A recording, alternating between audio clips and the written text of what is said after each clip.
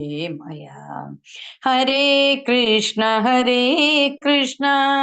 कृष्ण कृष्ण हरे हरे हरे राम राम राम राम हरे हरे हरे कृष्ण कृष्ण कृष्ण हरे हरे हरे राम राम राम हरे हरे हरे कृष्ण कृष्ण कृष्ण हरे हरे हरे राम राम राम राम हरे हरे हरे कृष्ण माता जी। हरे कृष्ण। ഹരേ കൃഷ്ണ മാതാജി. ജപിച്ചോളൂ മാതാജി. ഹരേ കൃഷ്ണ. ഇനി മാലയിൽ ജപിക്കാൻ സമയം ഉണ്ടാവില്ലല്ലോ മാതാജി. ഹരേ കൃഷ്ണ. മാലയിൽ വേണ്ട മാതാജി.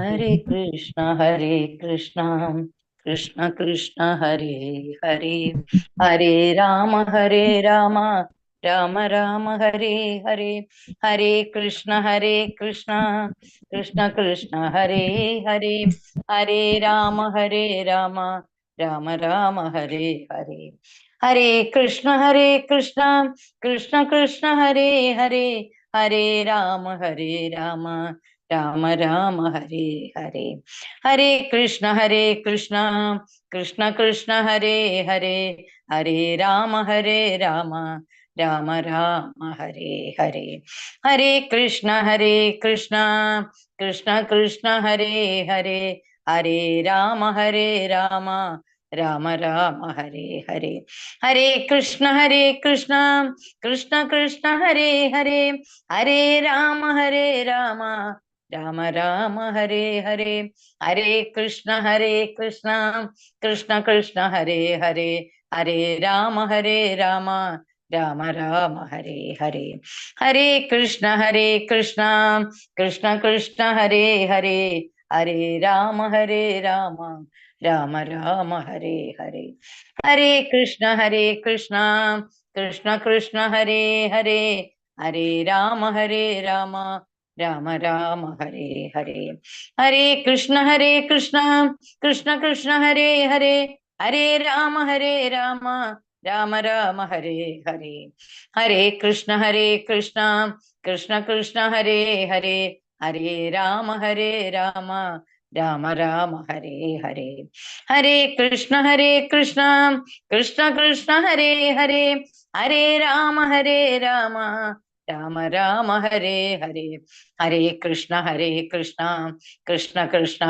ഹരേ ഹരേ രാമ രാമ രാമ ഹരേ ഹരേ ഹരേ കൃഷ്ണ കൃഷ്ണ കൃഷ്ണ ഹരേ ഹരേ ഹരേ രാമ രാമ രാമ ഹരേ ഹരേ ഹരേ കൃഷ്ണ കൃഷ്ണ കൃഷ്ണ ഹരേ ഹരേ ഹരേ രാമ രാമ രാമ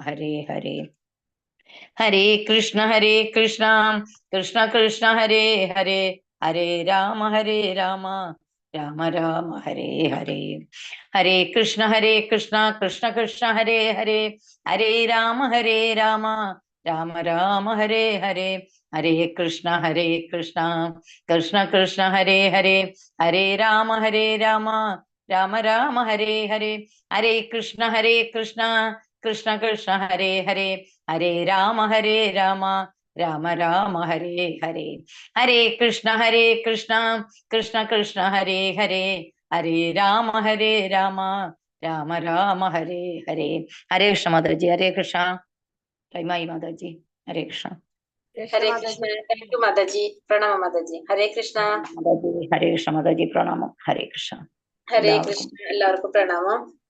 ഹരേ കൃഷ്ണ. ഹരേ കൃഷ്ണ. ഓം നമോ ഭഗവതേ വാസുദേവായ. ഓം നമോ ഭഗവതേ വാസുദേവായ. ഓം നമോ ഭഗവതേ വാസുദേവായ. ഓം അജ്ഞാനതിമിരാന്തസ്യ ജ്ഞാനാഞ്ജനാശലാകയ ചക്ഷുരുന്മീലിതം യേന തസ്മൈ ശ്രീ ഗുരവേ നമഃ. ശ്രീ ചൈതന്യ മനോഭീഷ്ടം സ്ഥാപിതം യേന ഭൂതലേ സ്വയം രൂപ കഥാ മഹ്യം ദദാതി സോപദാന്തികം. വന്ദേഹം ശ്രീഗുരോ ശ്രീയുതപദകമലം ശ്രീഗുരോൻ വൈഷ്ണവാംശ ശ്രീരൂപം സാഗ്രജാതം സഗണ രഘുനാഥാന്യ സന്നിധം തം സജീവം സാദയിതം സാവധൂതം പരിജന സഹിതം കൃഷ്ണ ചൈതന്യ ദേവം ശ്രീരാധ കൃഷ്ണപാദാൻ സഗണ ലളിത ശ്രീ വിശാഖാന്വിതാംശ.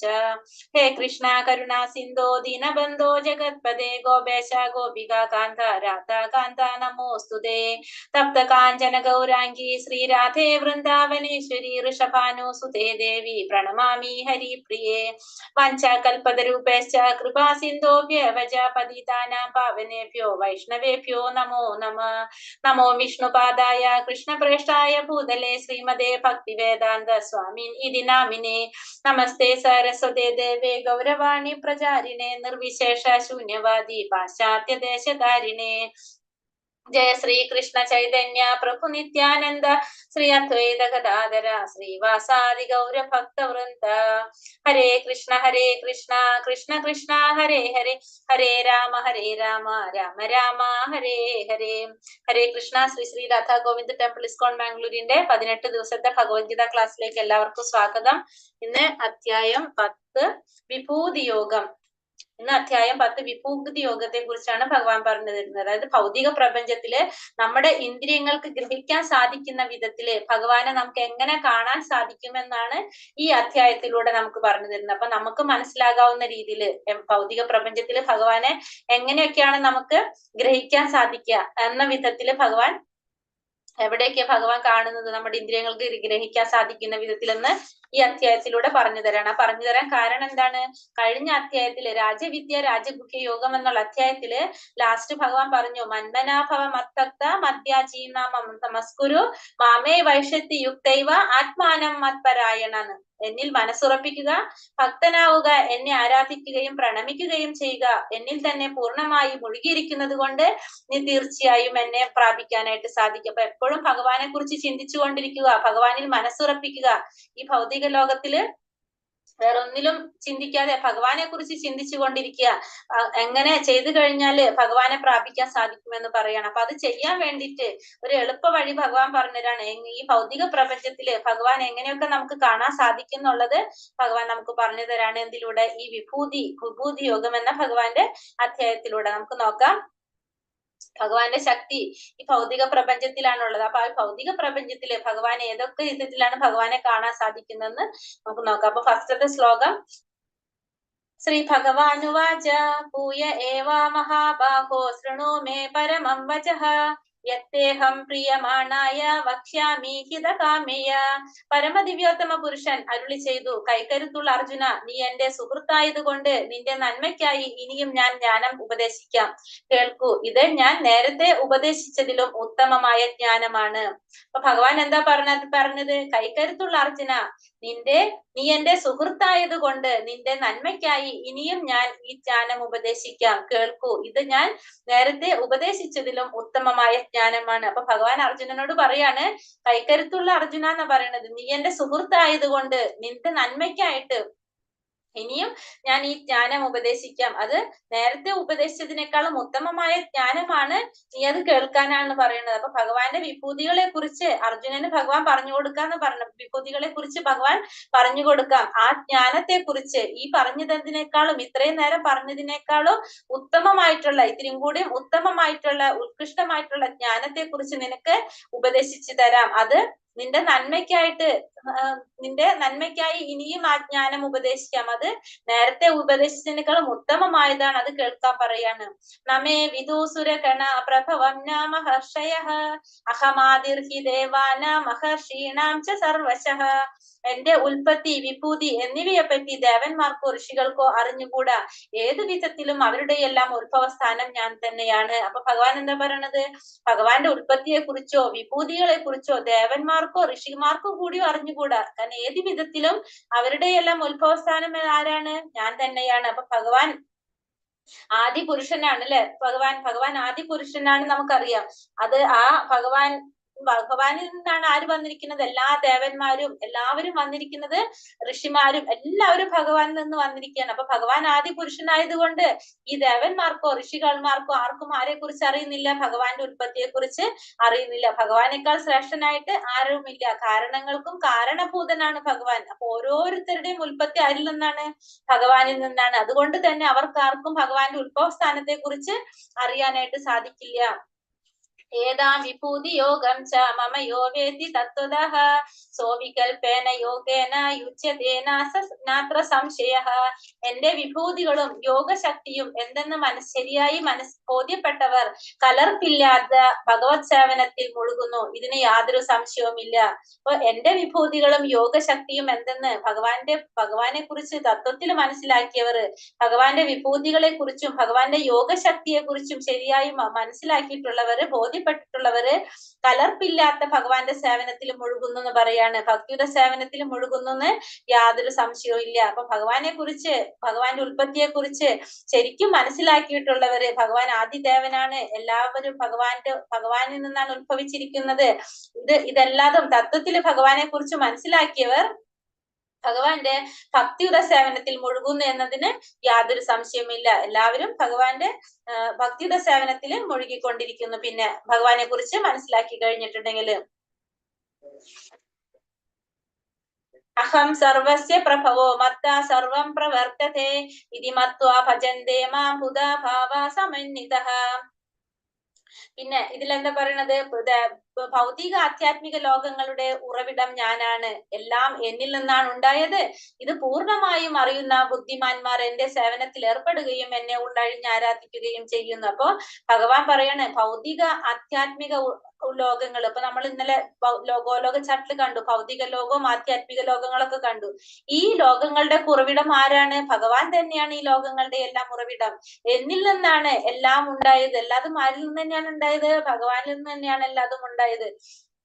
ഇത് പൂർണ്ണമായി അറിയുന്ന ബുദ്ധിമാന്മാർ എന്റെ സേവനത്തിൽ ഏർപ്പെടുകയും എന്നെ ഉള്ളഴിഞ്ഞ് ആരാധിക്കുകയും ചെയ്യുന്നു. അപ്പൊ ഇത് പൂർണ്ണമായിട്ട് മനസ്സിലാക്കി കഴിഞ്ഞാൽ അവര് ഭഗവാനെ പൂർണ്ണമായിട്ട് ആരാധിക്കുകയും ഉള്ളഴിഞ്ഞ് ആരാധിക്കുകയും ഭഗവാന്റെ സേവനത്തിൽ ഏർപ്പെടുകയും ചെയ്യുന്നു. അപ്പൊ എല്ലാവരും ഭൗതിക ലോകങ്ങളും ആധ്യാത്മിക ലോകങ്ങളുടെ ഉറവിടം ആരാണ്?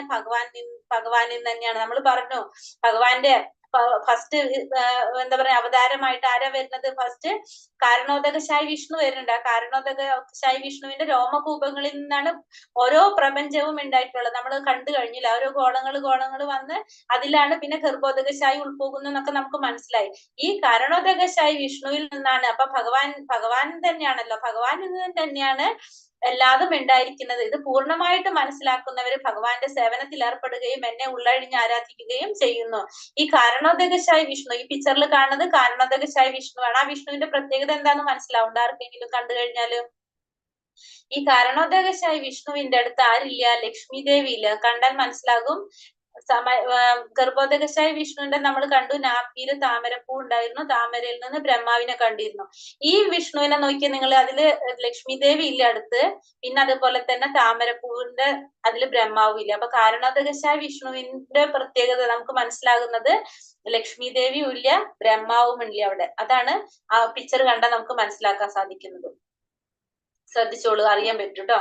അടുത്തത് എന്താ പറയണത്? നാരായണാത് ബ്രഹ്മജായതേ നാരായണാത് പ്രജാപതി പ്രജായതേ നാരായണാദിദ്രോ ജായതേ നാരായണാത്തഷ്ടവസുവോ ജായന്തേ നാരായണോ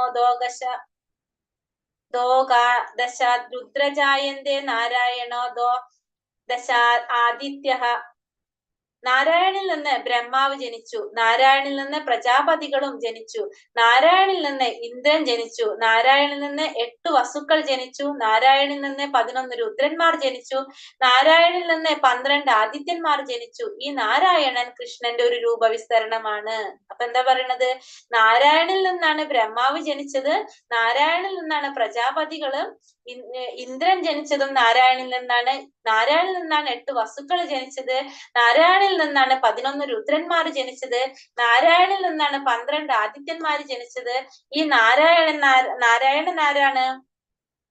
കൃഷ്ണന്റെ ഒരു രൂപവിസ്തരണമാണെന്ന് പറയാണ്. അപ്പൊ ഈ നാരായണൻ എന്ന് പറഞ്ഞാല് ഭഗവാന്റെ ഒരു രൂപവിസ്തരണമാണ്. അപ്പൊ നമ്മൾ പറയുമ്പോ കൃഷ്ണന്റെ ഒരു രൂപവിസ്തരണമാണ് ഈ നാരായണൻ എന്ന് നമുക്ക് മനസ്സിലായില്ലേ. അപ്പൊ ഭഗവാൻ കൃഷ്ണനിൽ നിന്നാണ് ആര് വരുന്നത്?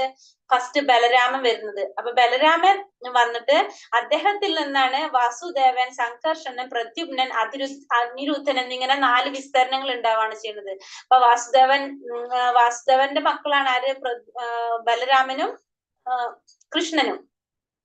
കൃഷ്ണനിൽ നിന്നാണ് ആര് വരുന്നത്? ബലരാമൻ വരുന്നത്.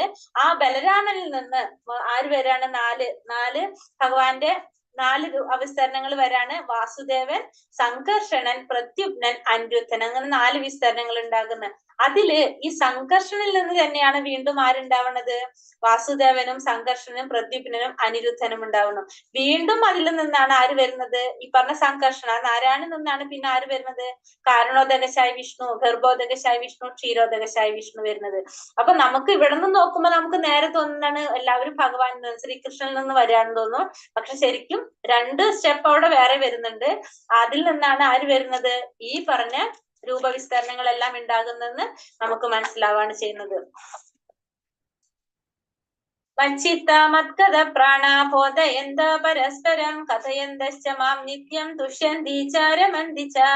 എന്റെ ശുദ്ധ ഭക്തന്മാരുടെ ചിന്ത എന്നിൽ കുടികൊള്ളുന്നു.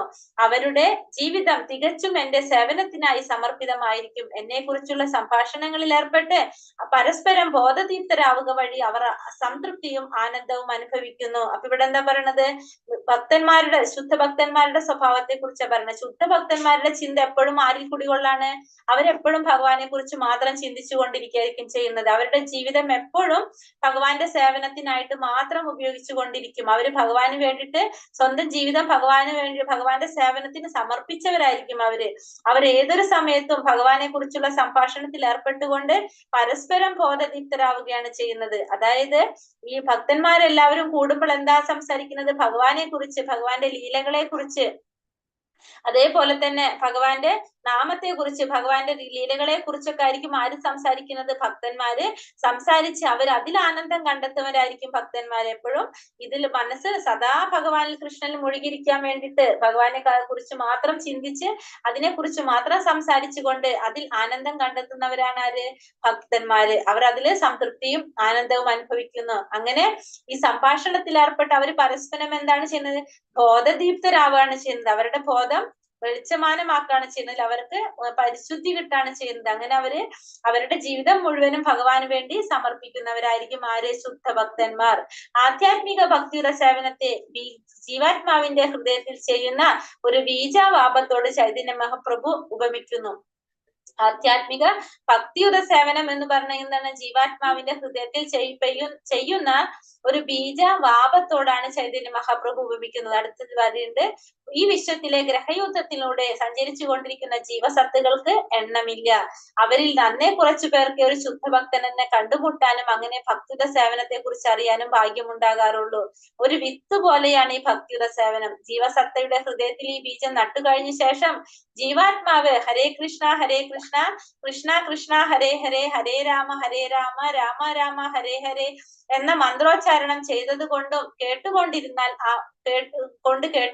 ആ വിത്ത് മുളച്ചു വരും. അപ്പോ പറയുന്നത് എന്താണ് ഇവിടെ? ജീവാത്മാക്കൾക്ക് ഈ വിശ്വത്തിലെ ഗ്രഹയൂഥങ്ങളിലൂടെ സഞ്ചരിച്ചു കൊണ്ടിരിക്കുന്ന ജീവാത്മാക്കൾക്ക് എണ്ണമില്ല. പക്ഷെ അവരിൽ വളരെ കുറച്ചു പേർക്ക് ഒരു ശുദ്ധ ഭക്തനെ കണ്ടുമുട്ടാനും അങ്ങനെ ഭക്തിയുടെ സേവനത്തെ കുറിച്ച് അറിയാനും യോഗ്യമുണ്ടാകാറുള്ളൂ.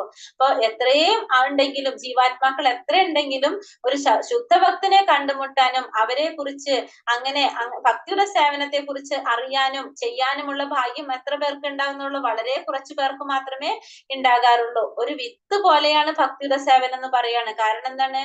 ജീവാത്മാവിന്റെ ഹൃദയത്തിൽ ഒരു ബീജം നട്ടു കഴിഞ്ഞ ശേഷം ആ ജീവാത്മാവ് ഹരേ കൃഷ്ണ മഹാമന്ത്രം എന്ന മന്ത്രോച്ചാരണം ചെയ്തുകൊണ്ട് ഇരുന്നാൽ ആ വിത്ത് എന്താ ചെയ്യണത്? അത് തന്നെ മുളച്ചു വരും. ആ വിത്തിനുള്ള വളമാണ് എന്ത്? ഹരേ കൃഷ്ണ മഹാമന്ത്രം. ആ ഹരേ കൃഷ്ണ മഹാമന്ത്രത്തിലൂടെ ആ വിത്ത് താനെ മുളച്ചു വന്ന് എന്താ സംഭവിക്കുന്നത്? ആ വിത്ത് പതിവായി നനച്ചുകൊണ്ടിരുന്നാൽ എന്നതുപോലെ ഭക്തിയുടെ സേവനത്തിന്റെ ആധ്യാത്മികമായ ചെടിയും ക്രമേണ വളർന്ന് ഭൗതിക ലോകത്തിന്റെ തോട് തുളച്ച് പരവ്യോമത്തിലെ ബ്രഹ്മജ്യോതിസോളം എത്തും. എന്താ സംഭവിക്കുന്നത്? ആ വിത്ത് പതിവായി നനച്ചുകൊണ്ടിരിക്കുകയാണ് ചെയ്യുന്നത്. നനച്ചുകൊണ്ടിരുന്നാല് ആ ആധ്യാത്മികമായിട്ടുള്ള ആ ചെടി ക്രമേണ വളർന്ന് ഭൗതിക ലോകത്തിന്റെ തോട് തുളച്ചിട്ട് എവിടേക്ക് എത്തും? ബ്രഹ്മജ്യോതിസിന്റെ അവിടേക്ക് എത്തും. ബ്രഹ്മജ്യോതിസ് എന്ന് പറഞ്ഞാൽ എന്താണ്? ഭഗവാനിൽ നിന്ന് വരുന്ന പ്രകാശത്തെയാണ് അല്ലെ, അതായത് വൈകുണ്ഠ ലോകങ്ങളിലുള്ള വിഷ്ണുക്കളുടെ പ്രകാശത്താണ് ബ്രഹ്മജ്യോതിസ് എന്ന് പറയുന്നത്. അവിടേക്ക് എത്തും. അതിനുശേഷം ആ പരബ്യോമത്തിലും അത് വളർന്ന് ഗോലോക വൃന്ദാവനം എന്ന പേരുള്ള ഭഗവാന്റെ സർവോത്കൃഷ്ടമായ ലോകത്തേക്ക് ഉയരുന്നു. അവസാനം അത് കൃഷ്ണന്റെ പാതാരവിന്ദങ്ങളെ ആശ്രയിച്ച് വിശ്രമിക്കുകയും ചെയ്യുന്നു. അപ്പോ ഈ ബ്രഹ്മജ്യോതിസിന്റെ അവിടെ നിന്ന് അതെന്ത് ചെയ്യാണ്? വീണ്ടും അത് വളരാണ്. വീണ്ടും അത് വളർന്ന് എവിടേക്ക് എത്തും? ഗോലോക വൃന്ദാവനം എന്ന പേരുള്ള ഭഗവാന്റെ സർവോത്കൃഷ്ടമായ ലോകത്തേക്ക് ഉയരും. അവസാനം അത് ഭഗവാന്റെ പാതാരവിന്ദങ്ങളെ ആശ്രയിച്ച് വിശ്രമിക്കുകയും ചെയ്യുന്നു. അപ്പൊ അത് പറഞ്ഞു വരുന്ന എന്താണ്? ഈ ഭഗവാന്റെ ലോകം നമ്മൾ പറഞ്ഞു, ആ ഗോലോക ചാർട്ട് മനസ്സിൽ വന്നാൽ നമുക്ക് അറിയാൻ സാധിക്കും. ഈ ഭൗതിക ലോകത്ത് നിന്ന് നമ്മളിത് ഈ വിത്ത് നട്ട് വളർന്ന് അത് ചെടിയാകുമ്പോ എങ്ങനെയാ സംഭവിക്കുന്നത്? പരവ്യോമത്തിലെത്തി ബ്രഹ്മജ്യോതിസിലെത്തി, ബ്രഹ്മജ്യോതിസിൽ നിന്ന് ഭഗവാന്റെ ഗോലോക വൃന്ദാവനത്തിലെത്തണം. ഇത്രയും ദൂരം അത് സഞ്ചരിക്കുന്നുണ്ട് അല്ലെ? അത്രയും ദൂരത്തേക്ക് അത് പോകുന്നു.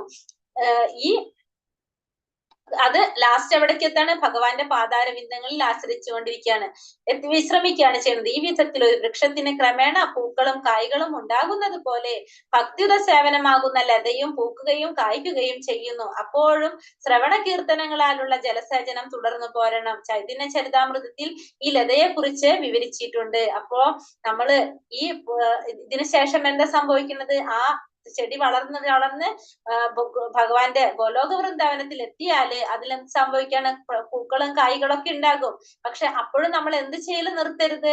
ഈ ഭക്തിയുത സേവനമാകുന്ന ഈ എന്താ പറയണത്? ഭക്തിയുത സേവനമാകുന്ന ജലസേചനം ചെയ്തുകൊണ്ടേയിരിക്കണം. അതായത് ഈ എന്താ പറയാ, ലതകളും പൂക്കുകയും കായ്ക്കുകയും ഒക്കെ ചെയ്താൽ കഴിഞ്ഞാലും അവിടെ നമ്മൾ അത് പൂത്തല്ലോ കായ്ക്കല്ലോ എന്ന് വെച്ച് നിർത്താതെ അപ്പോഴും ശ്രവണ കീർത്തനങ്ങളാലുള്ള ജലസേചനം തുടർന്ന് കൊണ്ടുപോരണം. ചൈതന്യ ചരിതാമൃതത്തിൽ ഇത് ലതയെ കുറിച്ച് വിവരിച്ചിട്ടുണ്ട്. അപ്പൊ അത് പടർന്ന് പന്തലിച്ച് വരണമെങ്കിൽ നമ്മൾ എപ്പോഴും എന്ത് ചെയ്തുകൊണ്ടിരിക്കണം? നമ്മള് എന്താ പറയാ, നാമജപം ചെയ്തുകൊണ്ടിരിക്കണം, ഭക്തിയുത സേവനങ്ങൾ ചെയ്തുകൊണ്ടിരിക്കണം. അതല്ലെങ്കിലോ അതിന് ഏത് സമയത്തും അത് ഉണങ്ങിപ്പോകാം. അത് ഉണങ്ങിപ്പോയി, ഏതൊരു ചെടിക്കും വെള്ളം ഒഴിച്ചില്ലെങ്കിൽ അത് ഉണങ്ങി പോകുന്നത് പോലെ അതിന് വേണ്ട വിത്തും അതിന് വേണ്ട വളവും വെള്ളവും കിട്ടിയില്ലെങ്കിൽ അത് ഉണങ്ങി പോകാം. അപ്പൊ അതുകൊണ്ട് നമ്മൾ എന്ത് ചെയ്തുകൊണ്ടിരിക്കണം? നമ്മൾ അതിന് വേണ്ട ജലസേചനം തുടർന്നു കൊണ്ടുപോയിരിക്കണം എന്ന് എടുത്തു പറയണം. അപ്പൊ നമ്മൾ ഏതൊരു സാഹചര്യത്തിലായാലും നമ്മൾ എന്ത് നിർത്താൻ പാടില്ല? ഭഗവാന്റെ ഭക്തിയുടെ സേവനങ്ങൾ ഒരിക്കലും നിർത്താനായിട്ട് പാടില്ല എന്നുള്ളതാണ് ചൈതന്യ മഹാപ്രഭു അതിലൂടെ നമുക്ക് പറഞ്ഞു തരുന്നത്. തേഷാം സതതയുക്താനാം ഭജതാം പ്രീതിപൂർവകം ദദാമി ബുദ്ധിയോഗം തം യേന മാമോപയാന്തി തേ. പ്രേമഭക്തിയോടെ എന്നെ സദാ ആരാധിക്കുന്നവർക്ക് എന്നെ പ്രാപിക്കാൻ ഉതകുന്ന ബുദ്ധിവിശേഷം ഞാൻ നൽകും. അപ്പൊ ഭഗവാൻ എന്താ പറയണത്? പ്രേമഭക്തിയോടെ എന്നെ സദാ ആരാധിക്കുന്നവർക്ക്, എന്നെ ആരാണോ പ്രേമഭക്തിയോടെ സദാ എപ്പോഴും ആരാധിച്ചു കൊണ്ടിരിക്കുന്നവർക്ക് അവർക്ക് എന്നെ പ്രാപിക്കാൻ ഉതകുന്ന ബുദ്ധിവിശേഷം ഞാൻ നൽകും. അപ്പൊ അവർക്ക് ഭഗവാനെ പ്രാപിക്കാനുള്ള ബുദ്ധി ആരാ നൽകുന്നത്?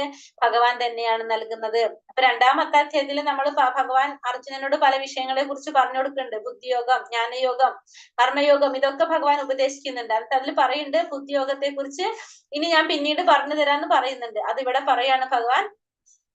ബുദ്ധിയോഗം എന്ന് വെച്ചാൽ എന്താണ്? കൃഷ്ണാവബോധത്തോടെ ചെയ്യുന്ന പ്രവർത്തനത്തിനാണ് നമ്മൾ എന്ത് പറയാ? ബുദ്ധിയോഗം എന്ന് പറയാം. അതാണ് ബുദ്ധിയുടെ ഏറ്റവും അത്യുത്കൃഷ്ടമായിട്ടുള്ള നില എന്ന് പറഞ്ഞെങ്കിൽ കൃഷ്ണാവബോധത്തോടെ പ്രവർത്തനം ചെയ്യുക എന്നുള്ളതാണ്. കൃഷ്ണ സന്നിധിയിലേക്ക് അഥവാ ഭഗവാന്റെ ഭവനത്തിലേക്ക് തിരിച്ചു പോകാൻ ഉദ്ദേശിച്ചുകൊണ്ട് കൃഷ്ണാവബോധം മറന്ന് ഭക്തിപൂർവം ഭഗവത് സേവനത്തിൽ ഏർപ്പെടുക എന്നതാണ് എന്ത്? ബുദ്ധിയോഗം എന്ന് പറയുന്നത്. അപ്പൊ ലോകത്തിലെ ഭൗതിക ലോകത്തിലെ ബന്ധനങ്ങളിൽ നിന്ന് മുക്തി നേടാനുള്ള പ്രക്രിയ നമുക്ക് എന്തെന്ന് പറയാം?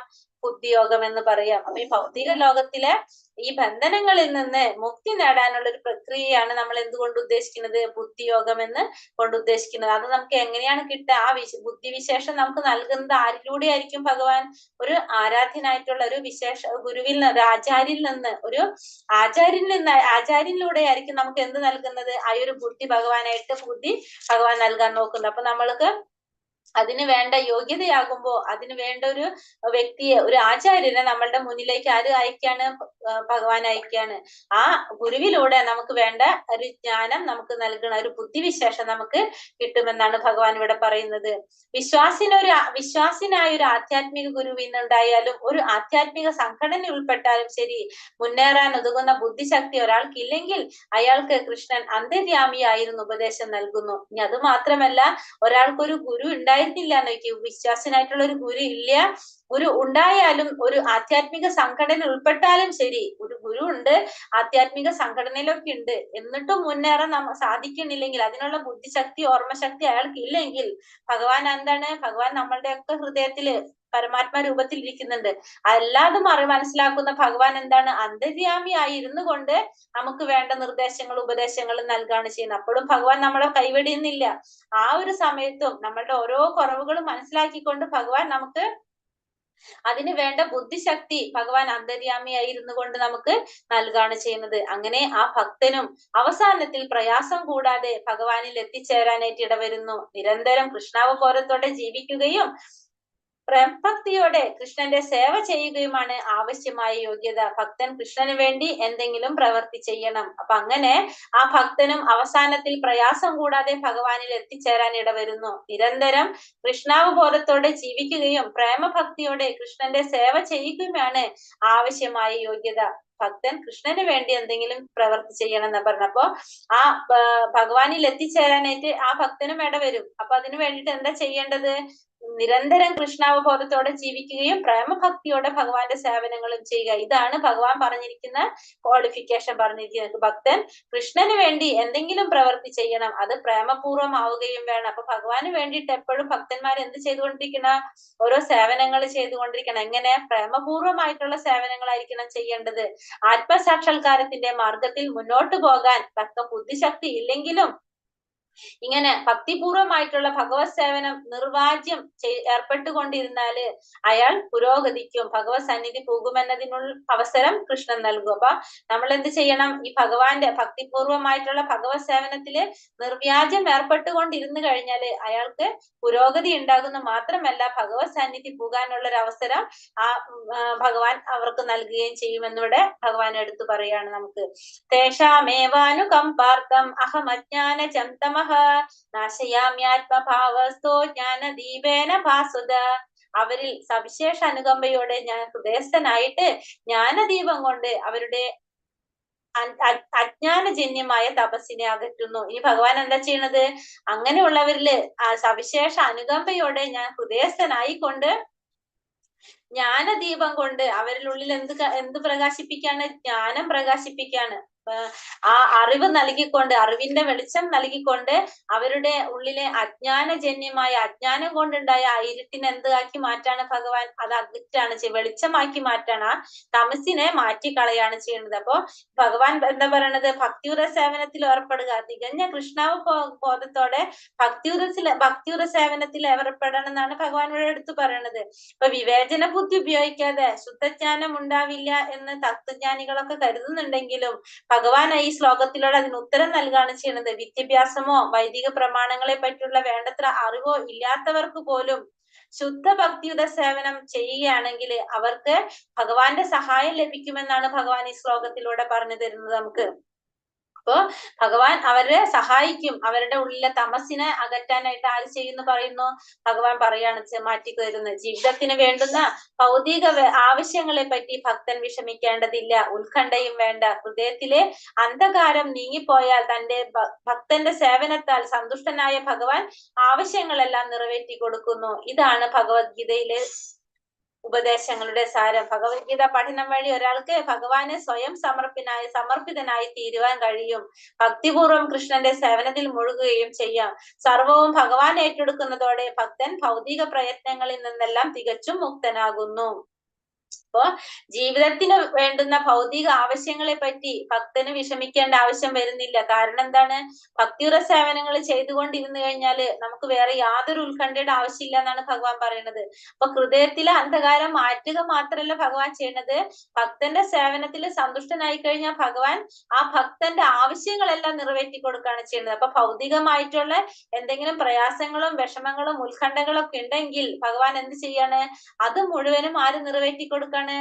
ഭഗവാൻ. ഭക്തന്മാരുടെ സേവനത്തിൽ സന്തുഷ്ടനായിട്ടുള്ള ഭഗവാൻ ആ ആവശ്യങ്ങളെല്ലാം ഭക്തന് നിറവേറ്റി കൊടുക്കുന്നു. ഇതാണ് ഭഗവത്ഗീതയുടെ ഉപദേശങ്ങളുടെ സാരം എന്ന് പറയുന്നത്. അപ്പൊ ഭഗവത്ഗീത പഠനം വഴി ഒരാൾക്ക് ഭഗവാന് സ്വയം സമർപ്പിതനായി കഴിഞ്ഞിട്ടുണ്ടെങ്കിൽ പിന്നെ അവരുടെ ഭൗതികമായിട്ടുള്ള ആവശ്യങ്ങളെ കുറിച്ചോർത്ത് ഉത്കണ്ഠപ്പെടേണ്ട വിഷമിക്കേണ്ട ആവശ്യമില്ല.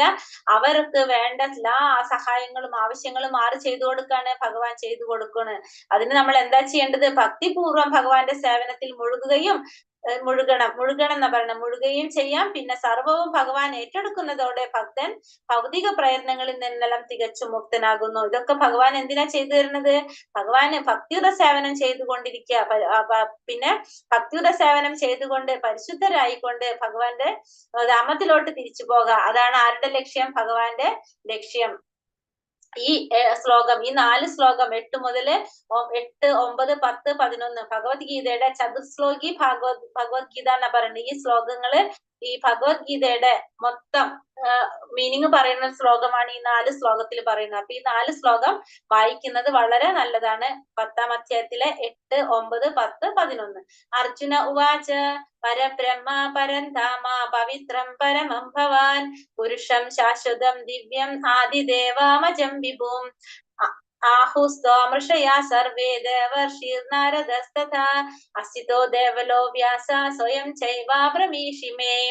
അർജുനൻ പറഞ്ഞു, അങ്ങ് പരമദിവ്യോത്തമ പുരുഷനാണ്. പരമമായ ധാമവും പവിത്രമായതും നിരപേക്ഷ തത്വവും ഭവാൻ തന്നെ. സനാതനനും അഭൗതികനും ആദി പുരുഷനും അജനും മഹാനുമാണ് അങ്ങെന്ന് ദേവർഷിയായ നാരദൻ, അസിതൻ, ദേവലൻ, വ്യാസൻ മുതലായ എല്ലാ ഋഷികളും ഊന്നി പറയുന്നു. ഇപ്പോൾ അങ്ങ് സ്വയം എന്നോട് ഇത് വ്യക്തമായി പറയുകയും ചെയ്യുന്നു. ഇവിടെ എന്താ അർജുനൻ പറയുന്നത് ഭഗവാന്റെ അടുത്ത്? ഇതൊക്കെ കേട്ടപ്പോ അർജുനൻ ഭഗവാനോട് പറയാണ്. ഭഗവാനെ കുറിച്ച് അർജുനൻ എന്താ മനസ്സിലാവുന്നത്? അർജുനൻ ഈ ശ്ലോകങ്ങളെ കുറിച്ച്, ഈ 4 ശ്ലോകങ്ങൾ, ഇപ്പൊ നമ്മൾ കഴിഞ്ഞ 4 ശ്ലോകങ്ങൾ പറഞ്ഞില്ലേ, ആ 4 ശ്ലോകങ്ങൾ കേട്ട ശേഷം സർവ്വ സംശയങ്ങളും തീർന്നുകൊണ്ട് കൃഷ്ണനെ പരമ പുരുഷനായിട്ട് അംഗീകരിച്ചുകൊണ്ട് ആര് ഘോഷിക്കാണ്? അർജുനൻ പറയാണ്, അങ്ങ് പരബ്രഹ്മമാണ്, പരമപുരുഷനാണ്. ചരാചരങ്ങളുടെ എല്ലാം ഉൽപ്പത്തി ഭഗവാനിൽ നിന്ന് തന്നെയാണ്. ഭഗവാൻ മുന്നേ പറഞ്ഞിട്ടുണ്ടായിരുന്നു, എല്ലാ ദേവന്മാരും മനുഷ്യരും ഭഗവാന്റെ ആശ്രിതരാണ്. പിന്നെ മനുഷ്യരും ദേവഗണങ്ങളും അജ്ഞാനം കൊണ്ട് എന്താ ചെയ്യുന്നത്? അജ്ഞാനം കൊണ്ട് ഭഗവാൻ പരമപുരുഷനിൽ നിന്ന് ഭിന്നരാണെന്ന് ചിന്തിക്കുന്നു. പക്ഷെ ഭഗവത് സേവന പ്രക്രിയയിൽ അജ്ഞാനം നീങ്ങി പോകുന്നത് കൊണ്ട് കൃഷ്ണൻ ആരാണെന്ന് മനസ്സിലാകാണ്. എല്ലാവരുടെയും അഹം ബീജ പ്രദാപിത എന്ന് പറഞ്ഞ എല്ലാവർക്കും ബീജം നൽകിയ പിതാവ് ആരാണെന്ന് പറയുന്നു? ഭഗവാനാണെന്ന് പറഞ്ഞു. അപ്പൊ ഭഗവാൻ പറയാണ്, അർജുനൻ പറയണ ഭഗവാനെ കുറിച്ച് തത്വത്തിൽ മനസ്സിലാക്കി കഴിഞ്ഞാൽ എല്ലാവർക്കും ആരെ അംഗീകരിക്കാൻ സാധിക്കാണ്? ഭഗവാൻ അംഗീകരിക്കാൻ സാധിക്കാണ്. ഇത് ആരൊക്കെ പറഞ്ഞിട്ടുണ്ടെന്നാ പറയുന്നത്? ദേവർഷിയായ നാരദനും അസിതൻ, ദേവലൻ, വ്യാസൻ മുതലായ ഋഷികളും ഇത് ഊന്നി പറഞ്ഞിട്ടുണ്ട് എന്ന് അർജുനൻ ഭഗവാനോട് പറയണം. അപ്പൊ അങ്ങ് പരമമായ ധാമവും പവിത്രവുമാണ് എന്ന് പറഞ്ഞ പരം ബ്രഹ്മ പരം ധാമ പവിത്രം പരമം ഭവാൻ എന്നാ പറയുന്നത്. വിസ്തരണേൻ മനോയോഗം വിഭൂതിം ചാചനാർദ്ദന ഭൂയ കഥയാ തൃപ്തിർഹി ശൃണോത്തോ നാസ്തി മേ മൃതം. അങ്ങയെ പറ്റി കേട്ടിട്ട് എനിക്ക് ഒരിക്കലും മതി വരുന്നില്ല. കേൾക്കും തോറും അങ്ങയുടെ വാക്കുകളാകുന്ന അമൃതത്തെ ആസ്വദിക്കുവാൻ തോന്നുന്നു. ഹേ ജനാർദ്ദന, അങ്ങയുടെ വിഭൂതികളെ പറ്റി അവയുടെ യൗകിക പ്രഭാവത്തെ പറ്റി വീണ്ടും വിശദമായി വിവരിച്ചു തന്നാലും. അപ്പൊ എന്താ ഇവിടെ പറഞ്ഞുകൊണ്ടിരിക്കുന്നത്? അങ്ങയെ പറ്റി കേട്ടിട്ട് എനിക്ക് ഒരിക്കലും മതി വരുന്നില്ല. കേൾക്കും തോറും എന്താണ് വീണ്ടും വീണ്ടും കേൾക്കാനായിട്ട് തോന്നിക്കൊണ്ടിരിക്കുകയാണ്. ആർക്ക്? അർജുനന്. അമൃത ആസ്വദിക്കുന്നത് പോലെയാണ് ആർക്ക് ഫീൽ ചെയ്യണത്? അർജുനന് ഫീൽ ചെയ്യണത്. അതുകൊണ്ട് ഇനി അർജുനൻ പറയാണ്, അങ്ങയുടെ വിഭൂതികളെ പറ്റി, അങ്ങയുടെ യൗകിക പ്രഭാവത്തെ പറ്റി വീണ്ടും വിശദീകരിച്ചു തന്നല്ല. പിന്നെയും അർജുനന് ഭഗവാനെ കുറിച്ച് ഇനിയും ഇനിയും കേൾക്കണമെന്ന് തോന്നിക്കൊണ്ടിരിക്കുകയാണ് അല്ലെ. ഭഗവാൻ എത്ര പറഞ്ഞിട്ടും അർജുനൻ അത് മതി വരുന്നില്ല. ഇനിയും ഭഗവാനെ കുറിച്ച് കേൾക്കാനായിട്ട് തോന്നിക്കൊണ്ടിരിക്കുകയാണ്. ഭക്തന്മാർക്ക് അങ്ങനെയാണ്. ഭഗവാനെ കുറിച്ചുള്ള ലീലകളോ ഭഗവാനെ കുറിച്ചുള്ള ഭഗവാന്റെ കാര്യങ്ങൾ എത്ര കേട്ടാലും എങ്ങനെയാണ് അത് മതി വരില്ല. നമ്മള് ദാമോദര മാസത്തില് ഓരോ വർഷവും ദാമോദര ഭഗവാന്റെ കഥകൾ ഇങ്ങനെ പറഞ്ഞുകൊണ്ടിരിക്കുക. എല്ലാ വർഷവും സെയിം റിപ്പീറ്റ് ചെയ്തുകൊണ്ടിരിക്കുകയാണ്. പക്ഷെ പറയുന്നവർക്കോ കേൾക്കുന്നവർക്കോ അതിലൊരിക്കലും എന്ത് തോന്നുന്നില്ല, ഒരു ബോറടിയും തോന്നുന്നില്ല. നേരെ മറിച്ച് നമ്മളൊരു സിനിമയൊക്കെ കാണണമെങ്കിലോ 2 പ്രാവശ്യം കണ്ട പിന്നെ നമുക്കത് കാണാൻ ഇൻട്രസ്റ്റ് ഉണ്ടാവില്ല. പക്ഷെ ഭഗവാന്റെ കഥകളും ഭഗവാന്റെ ലീലകളും അങ്ങനെയല്ല. അത് കേൾക്കും തോറും നമ്മളുടെ ഉള്ളിൽ എന്താണ്, അത്രയും ഭഗവാനോടുള്ള ഒരു ആഗ്രഹം വർദ്ധിച്ചു കൊണ്ടിരിക്കുകയാണ് ചെയ്യണത്. അപ്പൊ അത് പറയാണ്, അതുകൊണ്ട് അർജുനൻ ഭഗവാനോട് പറയാണ്, എനിക്ക് ഭഗവാന്റെ വിഭൂതികളെ കുറിച്ച് അറിയാൻ ആഗ്രഹമുണ്ട്, അതെനിക്ക് വിവരിച്ചു തന്നാലും എന്ന് ഭഗവാനോട് അർജുനൻ പറയാണ്. ശ്രീ ഭഗവാനുവാച. അപ്പൊ ഭഗവാൻ എന്താ പറയണത്? ഹന്തതേ കഥയിഷ്യാമി ദിവ്യാഹ്യാത്മാ വിഭൂതയ പ്രാധാന്യാത കുരുശ്രേഷ്ഠ നാസ്ത്യന്തോ വിസ്തരസ്യ മേ. ശ്രീ ഭഗവാൻ പറഞ്ഞു, അർജുന, ഭാസുരങ്ങളായ എന്റെ വിഭൂതികളെ പറ്റി ഞാൻ ഇനി പറഞ്ഞു തരാം. പ്രാധാന്യമുള്ളവയെ പറ്റി മാത്രം വിസ്തരിക്കുകയാണെങ്കിൽ അവയ്ക്ക് ഒരു അവസാനം ഉണ്ടാവില്ല. അപ്പൊ അർജുനൻ ഇത് പറയുന്ന കേട്ടപ്പോ ഭഗവാൻ അർജുനനോട് പറയാണ്, ഏറ്റവും പ്രാധാന്യമുള്ളത് മാത്രം ഞാൻ നിനക്ക് പറഞ്ഞു തരാം. കാരണം എന്റെ വിഭൂതികളെ പറ്റി പറഞ്ഞു തുടങ്ങിക്കഴിഞ്ഞാൽ അതിനൊരു അവസാനം ഉണ്ടാവില്ല. അതിനെക്കുറിച്ച് വിസ്തരിക്കാൻ നിന്ന് കഴിഞ്ഞാൽ ഒരു അവസാനം ഉണ്ടാവില്ല. അതുകൊണ്ട് പ്രധാനപ്പെട്ടത് മാത്രം ഞാൻ നിനക്ക് പറഞ്ഞു തരാം എന്ന് പറയണം. അതിലെടുത്ത് പറയണില്ലേ പ്രാധാന്യമേറിയത്, പ്രാധാന്യത എന്നാ പറയണത്. എണ്ണ കുറേ ഉണ്ട് ഭഗവാന്റെ പറയുമ്പോ, പക്ഷെ അതില് ഏറ്റവും പ്രധാനപ്പെട്ടത് മാത്രം ഞാൻ നിനക്ക് പറഞ്ഞു തരാം എന്നോട് ആര് പറയാണ്? ഭഗവാൻ അർജുനനോട് പറയാണ്. അഹമാത്മാ ഗുഡാകേശ സർവഭൂതാശയസ്ഥിതഃ അഹമാദിശ്ച മദ്യം ച ഭൂതാനാമന്ത ഏവച. ഹേ അർജുന, ജീവജാലങ്ങളുടെ എല്ലാം ഹൃദയത്തിൽ സ്ഥിതി ചെയ്യുന്ന പരമാത്മാവാണ് ഞാൻ. അവയുടെ തുടക്കവും മധ്യവും അവസാനവും ഞാനാകുന്നു. അപ്പൊ ഫസ്റ്റ് എന്താ പറയണത്? ഞാൻ ആരാണ്? ഞാൻ എല്ലാ ജീവാത്മാക്കളുടെ ഹൃദയത്തിൽ സ്ഥിതി ചെയ്യുന്ന പരമാത്മാവാണ്. പരമാത്മാ രൂപത്തിൽ ഭഗവാനായിരിക്കുന്നത് ആരാണെന്ന് ഭഗവാനോട് പറയാണ്, അത് ഞാൻ തന്നെയാണ്. അവയുടെ തുടക്കവും മധ്യവും അവസാനവും ആരാകുന്നു? ഞാൻ തന്നെയാകുന്നു. അപ്പോ എല്ലാ ജീവജാലങ്ങളുടെ ഹൃദയത്തിൽ സ്ഥിതി ചെയ്യുന്ന പരമാത്മാവ് ഞാൻ തന്നെയാണ്. എല്ലാത്തിന്റെയും അവയുടെയൊക്കെ തുടക്കവും മധ്യവും അവസാനവും എല്ലാം ഞാൻ തന്നെയാകുന്നെന്നോ ഭഗവാൻ പറഞ്ഞു കൊടുക്കണം. ഇനി ഓരോന്നോരോന്ന് പറഞ്ഞുകൊണ്ടിരിക്കുകയാണ്. ഇപ്പൊ ശ്ലോകം പറയുന്നില്ല, ഇതിന്റെ വിവർത്തനം മാത്രം വായിച്ചു പറഞ്ഞു പോകാണ്. ആദിത്യന്മാരുടെ കൂട്ടത്തിൽ വിഷ്ണുവും ജ്യോതിസുകളിൽ ദീപ്തിമസായ സൂര്യനും മരുത്തുക്കളിൽ മരീചിയും നക്ഷത്രങ്ങളിൽ ചന്ദ്രനുമാണ് ഞാൻ. അപ്പൊ 21ാം ശ്ലോകത്തിൽ പറയുന്നതാണ്, ആദിത്യന്മാരുടെ കൂട്ടത്തിൽ വിഷ്ണു ഞാനാണ്. 12 ആദിത്യന്മാരുണ്ട്. അതിൽ ഏറ്റവും മുഖ്യനായിട്ടുള്ളത് ആരാണ്? വിഷ്ണുവാണ്. ആ വിഷ്ണു എന്റെ പ്രതിനിധിയാണ്. ജ്യോതിസുകളിൽ ദീപ്തിമത്തായ സൂര്യൻ ഞാൻ എന്റെ പ്രതിനിധിയാണ്. മരുത്തുകളിൽ മരീചി, മരുത്തുകളില് മരുത്ത് എന്ന് വെച്ചാല് കാറ്റ്, വായു, ആ വായുവില് മരീചി ഞാനാണ്. നക്ഷത്രങ്ങളിൽ ആരാണ്? ചന്ദ്രൻ ഞാനാണ്. അടുത്തതിൽ പറയുന്നു, വേദങ്ങളിൽ സാമവേദവും ദേവന്മാരിൽ ഇന്ദ്രനും ഇന്ദ്രിയങ്ങളിൽ മനസ്സും ജീവഗണങ്ങളിൽ ജീവചൈതന്യവുമാണ് ഞാൻ. അപ്പൊ ദേവന്മാരിലെ ജീവസത്തകൾക്ക് എന്തുണ്ട്? പ്രജ്ഞ അല്ലെങ്കിൽ അവബോധം ഉണ്ടെന്ന് നമ്മൾ പറഞ്ഞു. അപ്പൊ ആ ജീവഗണങ്ങളുടെ ജീവചൈതന്യം, ആ അവബോധം ആരാണ്? ഭഗവാൻ തന്നെയാണെന്ന് ഭഗവാൻ പറയാണ്. പിന്നെ വേദങ്ങളിലെ സാമവേദവും ദേവന്മാരിലെ ഇന്ദ്രനും, പിന്നെ ഇന്ദ്രിയങ്ങളിൽ ഏതാണ്? മനസ്സ് ഭഗവാനാണ്. പിന്നെ രുദ്രന്മാരിൽ വെച്ച് ശിവൻ ഞാനാണ്. പിന്നെ യക്ഷരാക്ഷസരിൽ കുബേരനും വസുക്കളിൽ അഗ്നിയും പർവ്വതങ്ങളിൽ മേരുപർവ്വതവും ഞാനാണ്. അപ്പൊ 11 രുദ്രന്മാരില് ഭഗവാൻ ആരാണ് പറയുന്നത്? ശിവൻ. രുദ്രന്മാര് വെച്ച് ശിവൻ ഞാനാണ്. അത് 11 രുദ്രന്മാരിലുണ്ട്, അതില് ശിവൻ പ്രധാനമാണ്. അത് ഭഗവാനാണ്, ഭഗവാന്റെ പ്രതിനിധിയാണ്. പിന്നെ അതുപോലെ തന്നെ യക്ഷരക്ഷാധിപിയായ കുബേരൻ, ദേവന്മാരുടെ ഭണ്ഡാര സൂക്ഷിപ്പുകാരനാണ് കുബേരൻ, അത് ഭഗവാന്റെ പ്രതിനിധിയാണ്. പിന്നെ പ്രകൃതി വിഭവങ്ങളാൽ സമൃദ്ധമായ ഒരു പർവ്വതമാണ് എന്ത്? മേരുപർവ്വതം, അതും ഭഗവാന്റെ പ്രതിനിധിയാണെന്ന് പറയാണ്. പിന്നെ വസുക്കളിലെ അഗ്നിയും ഭഗവാന്റെ പ്രതിനിധിയാണ്. പിന്നെ പറയുന്നു, ഹേ അർജുന, പുരോഹിതന്മാരിൽ പ്രധാനിയായ ബൃഹസ്പതിയും സേനാധിപന്മാരിൽ കാർത്തികേയനുമാണ് ഞാൻ. ജലാശയങ്ങളിൽ സമുദ്രവും ഞാൻ തന്നെയാണ്. അപ്പൊ പുരോഹിതന്മാരില് പ്രധാനിയായ ബൃഹസ്പതി എന്ന് വെച്ചാൽ ആരാണ്? ഇന്ദ്ര പുരോഹിതനാണ്. ഇന്ദ്രന്റെ പുരോഹിതനാണ് ബൃഹസ്പതി. ആ ബൃഹസ്പതി പുരോഹിത ശ്രേഷ്ഠനാണ്. അദ്ദേഹം ഭഗവാന്റെ പ്രതിനിധിയാണ്. പിന്നെ ബൃഹസ്പതിയും സേനാധിപന്മാരിൽ കാർത്തികേയനുമാണ് ഞാൻ. പിന്നെ ജലാശയങ്ങളിൽ സമുദ്രം. ശിവന്റെ പാർവതിയുടെ മകനാണ് സ്കന്ദൻ അഥവാ കാർത്തികേയൻ. ഈ കാർത്തികേയൻ ആരുടെ പ്രതിനിധിയാണ്? ഭഗവാന്റെ പ്രതിനിധിയാണ്. അതേപോലെ തന്നെ ജലാശയങ്ങളിൽ വെച്ച് മഹത്തായിട്ടുള്ളത് സമുദ്രം. ഈ സമുദ്രം എന്താണ്? എല്ലാ സമുദ്രങ്ങളെയും പ്രതിനിധീകരിക്കുന്ന ആ സമുദ്രം ഭഗവാന്റെ പ്രതിനിധിയാണ്. പിന്നെ മഹർഷികളിൽ ഭൃഗു മഹർഷി, പിന്നെ സ്പന്ദനങ്ങളിൽ അഭൗതികമായ ഓങ്കാരവും, യജ്ഞങ്ങളിൽ തിരുനാമ ജപവും, സ്ഥാവരങ്ങളിൽ ഹിമാലയവുമാണ് ഞാൻ. അപ്പൊ മഹർഷികളിൽ ആരാണ്? ഭൃഗു മഹർഷിയാണ്. ഭൃഗു മഹർഷി എന്ന് വെച്ചിട്ടുണ്ടെങ്കിൽ ആദ്യ ജീവാത്മാവ് ബ്രഹ്മാവ് വിവിധ വർഗങ്ങളിൽപ്പെട്ട ജീവജാലങ്ങൾ ഉത്പാദിപ്പിക്കുന്നതിനായി ഏതാനും പുത്രന്മാരെ സൃഷ്ടിച്ചു. ഇവരിൽ ഏറ്റവും പ്രഭാവശാലിയായിട്ടുള്ളത് ആരാണ്? ഭൃഗു മഹർഷിയാണ്. ഈ ഭൃഗു മഹർഷി ഭഗവാന്റെ പ്രതിനിധിയാണ്. പിന്നെ ആധ്യാത്മിക സ്പന്ദനങ്ങളിൽ ഓങ്കാരം ആരെ പ്രതിനിധീകരിക്കാണ്? ഭഗവാനെ പ്രതിനിധീകരിക്കുന്നു. മഹർഷീണാം ഭൃഗുരഹം ഗിരമസ്മേകം അക്ഷരം യജ്ഞാനാം ജപയജ്ഞോസ്മി സ്ഥാവരാണാം ഹിമാലയ.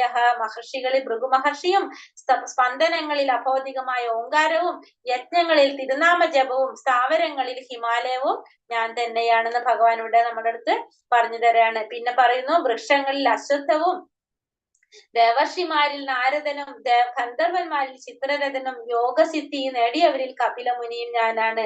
ഇപ്പോ വൃക്ഷങ്ങളിൽ ആരാണ്? അശ്വത്ഥം, അരയാൽ. അതായത് അശ്വത്ഥം എന്ന് വെച്ചിട്ടുണ്ടെങ്കിൽ അരയാല്. ആ അരയാല് ഞാൻ തന്നെ. പിന്നെ ദേവർഷിമാരില് നാരദൻ. ദേവർഷിമാരിൽ ആരാണ്? നാരദനാണ്.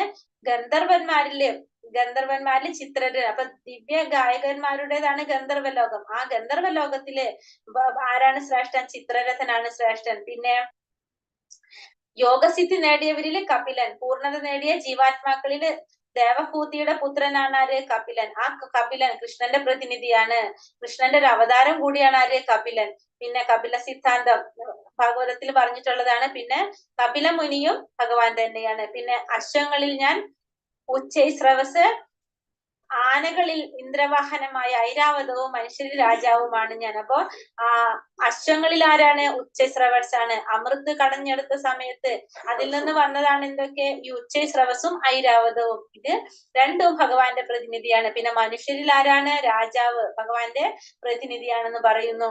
ആയുധങ്ങളിൽ വെച്ച് വജ്രവും, പശുക്കളിൽ സുരഭിയും, ജനനഹേതുക്കളിൽ കാമദേവനും, സർപ്പങ്ങളിൽ വാസുകിയും ഞാൻ തന്നെ. അപ്പൊ ആയുധങ്ങളിൽ വെച്ച് ആരാണ്?